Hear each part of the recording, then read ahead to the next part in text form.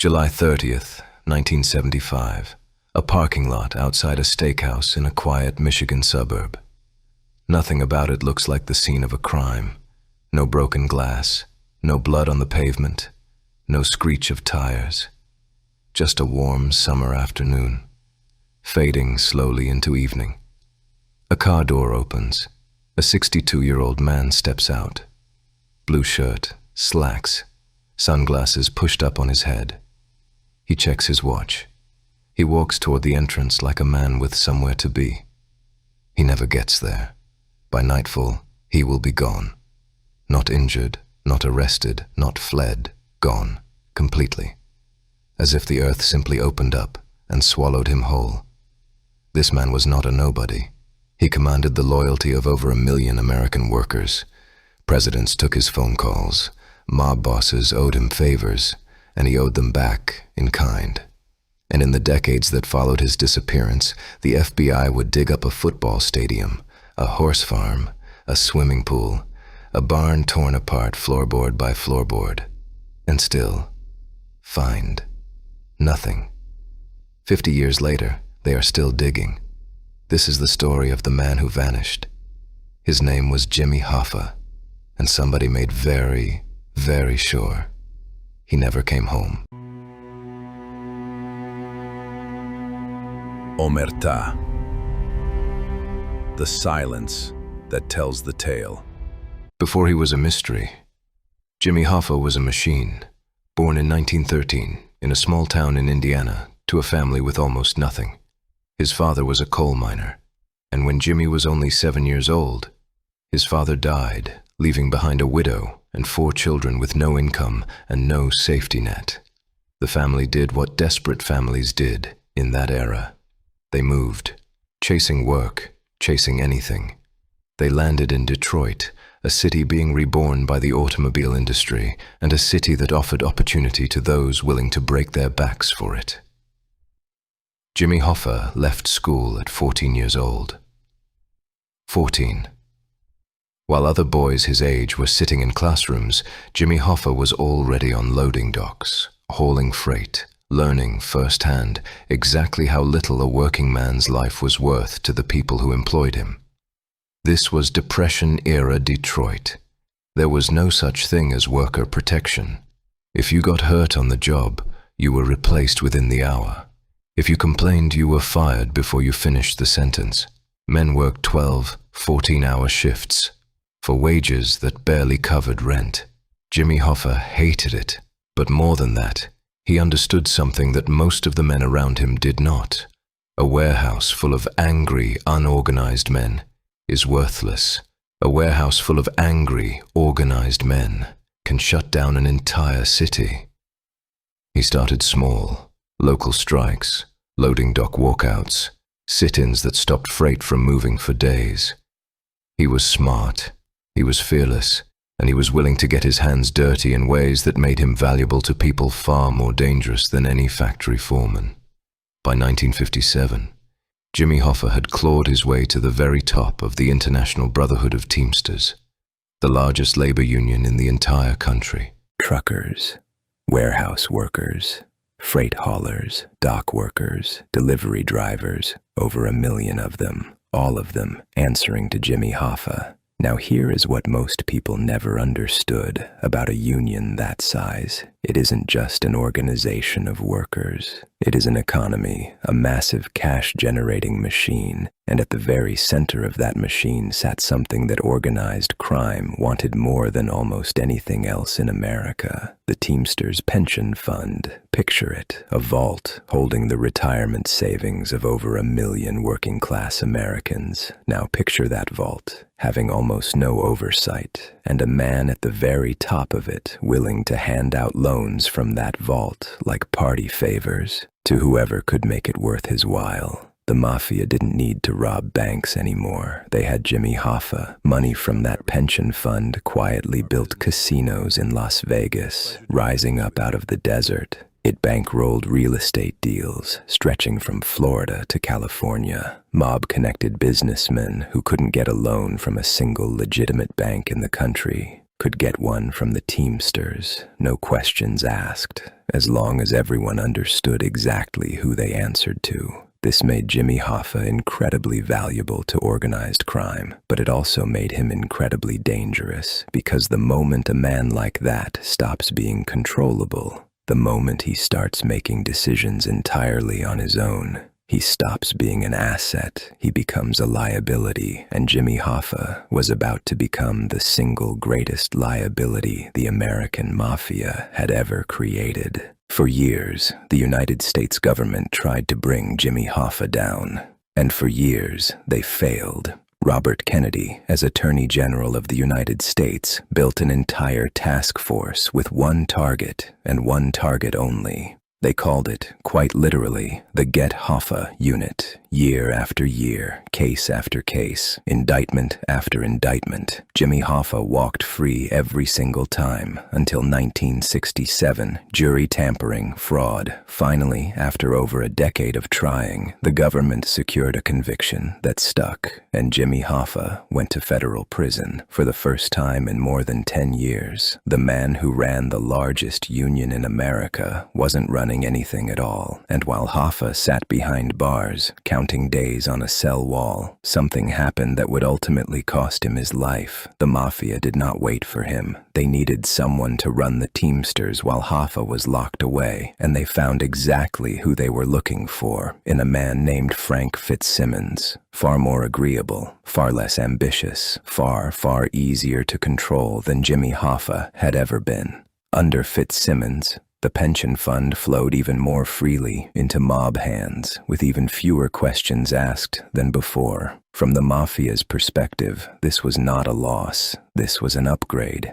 In 1971, President Nixon commuted Hoffa's sentence. He walked out of federal prison a free man. But buried inside that deal was a catch. As a condition of his release, Jimmy Hoffa was legally barred from holding any union leadership position until the year 1980. To most men, that restriction would have been the end of the story. Take the deal, live comfortably, stay out of trouble, fade quietly into retirement. Jimmy Hoffa was not most men. He wanted his union back, not eventually, now. And he began working every single angle he had, legal, political, personal, to overturn that restriction and reclaim the presidency he believed, to his core, was rightfully his. This single decision put him on a collision course with the very same people who had once protected him.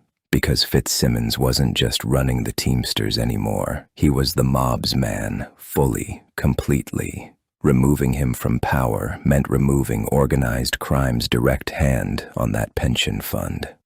Jimmy Hoffa wasn't simply asking for his old job back. He was threatening to take away the Mafia's golden goose, and Hoffa, never a subtle man, never a quiet one, didn't stop there. Multiple accounts from those close to the situation describe him growing increasingly vocal, increasingly public about exposing Fitzsimmons's deep ties to organized crime. A threat that, if carried out, could have exposed the very men who had spent over a decade building their fortunes on Hoffa's old pension fund.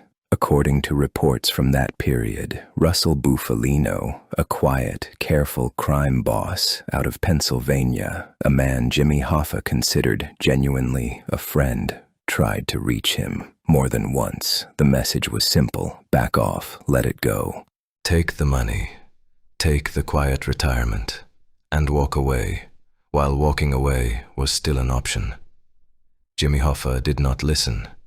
And by the accounts of those closest to the situation, that refusal to back down is precisely what sealed his fate. Sometime in late 1974, the decision was reportedly made, and the man tasked with carrying it out was someone Jimmy Hoffa considered an old associate. Anthony Tony Provenzano, a New Jersey Teamsters official with deep, deep roots in organized crime. The countdown had started. Jimmy Hoffa simply didn't know it. July 30th, 1975. Jimmy Hoffa tells his family he has a meeting. Nothing unusual. He'd had dozens of meetings exactly like this one over the years. This one is scheduled for 2 o'clock in the afternoon at a restaurant called the Machus Red Fox, a steakhouse tucked into a quiet Detroit suburb. He believes he is meeting two men that day. Anthony Tony Jack Giacalone, a respected figure in the Detroit underworld, and that same Tony Provenzano, the man who once called him a friend. Hoffa's understanding, as far as anyone can tell, is that this meeting is about brokering peace, smoothing over the growing tension between him and the current Teamsters leadership, maybe even opening a path back to power. He arrives on time. The two men he is expecting to meet do not. Witnesses at the restaurant later recall Jimmy Hoffa growing visibly agitated as he waited, pacing across the parking lot, using a nearby payphone again and again, clearly frustrated that the men he had driven out to meet were nowhere to be found. Minutes pass, then more minutes. At some point that afternoon, witnesses reported seeing Jimmy Hoffa get into a maroon car parked in that lot. A car reportedly driven by a man named Charles Chucky O'Brien, someone Hoffa had known for years, someone he trusted, almost like family. That is the last confirmed sighting of Jimmy Hoffa ever. He never came home that night. His family reported him missing. Within hours, the FBI was involved, and it became immediately, chillingly clear. This was no ordinary missing persons case. When investigators reached out to the two men Hoffa believed he was meeting that day, Giacalone and Provenzano, both of them denied it. Both denied ever agreeing to meet him at all. Both had alibis. Neither man was ever charged with anything. No struggle was found at the scene, no blood, no signs of a fight anywhere near that parking lot. Jimmy Hoffa did not vanish in some dramatic shootout or a car chase down a Michigan highway. He simply stopped existing mid-afternoon in a suburban parking lot in front of a steakhouse. And to this day, no one has ever been charged with what happened to him. In the days and weeks following Jimmy Hoffa's disappearance, the FBI treated it exactly like what it so clearly appeared to be, a professional job. This was not a man who wandered off. This was not a man who ran from his problems. Nearly everyone close to the case believed, almost immediately, that Jimmy Hoffa had been murdered and that organized crime was responsible. But knowing that, and proving it, turned out to be two very, very different things. Over the decades that followed, the search for Hoffa's remains became something close to American folklore. Tips poured in, from informants, from ex-mobsters looking to settle old scores, from deathbed confessions, from amateur theorists convinced they'd finally cracked it. And the FBI chased nearly every single one. One rumor placed his body beneath the end zone of a football stadium in New Jersey, buried allegedly during construction, sealed forever beneath a field where fans would one day cheer without ever knowing what lay beneath their feet.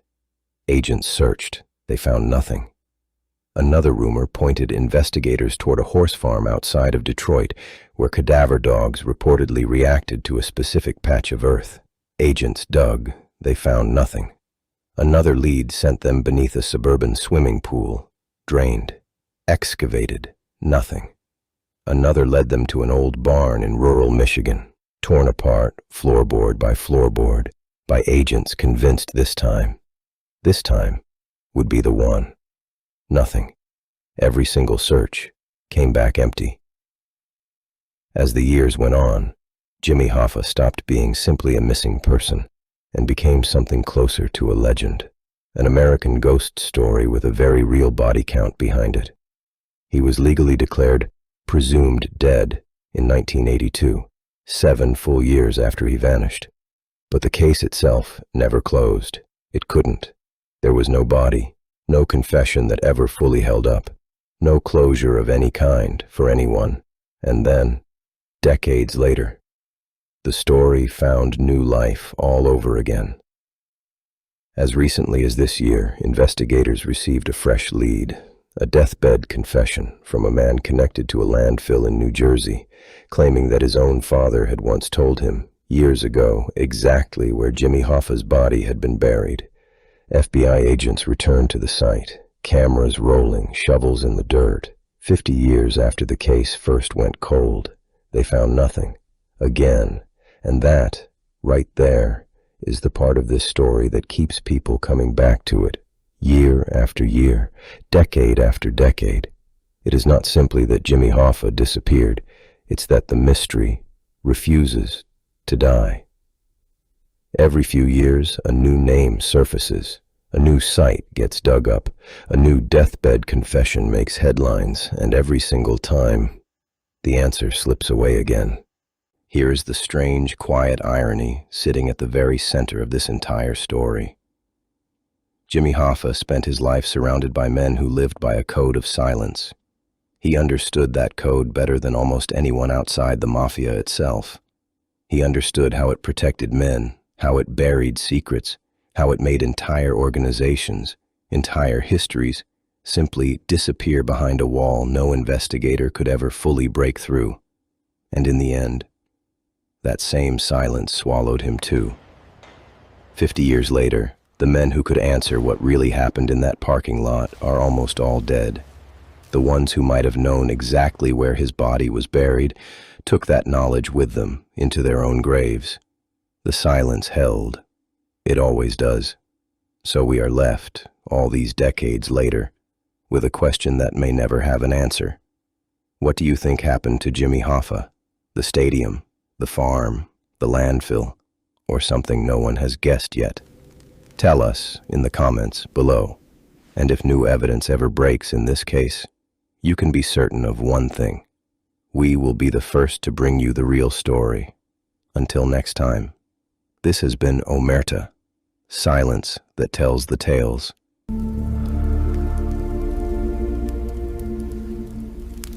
The light fades, but the code remains.